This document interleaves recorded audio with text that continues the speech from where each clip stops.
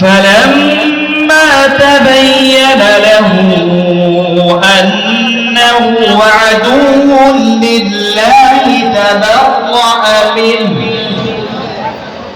إن إبراهيم لأواه حليم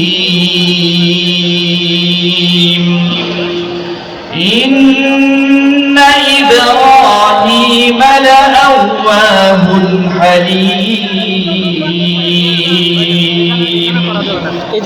صدق الله مولانا العظيم. السلام عليكم ورحمة الله.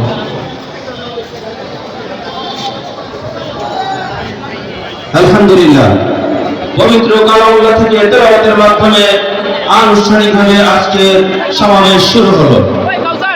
জুলাই চেতনার বাস্তবায়ন, গণহত্যার বিচার, শহীদ পরিবারের পুনর্বাসন এবং বৈষম্যহীন ইনসাফ ভিত্তিক কল্যাণ রাষ্ট্র করার দাবিতে আজকে নবম প্রতিষ্ঠাবার্ষিকী সমাবেশ অনুষ্ঠিত হচ্ছে।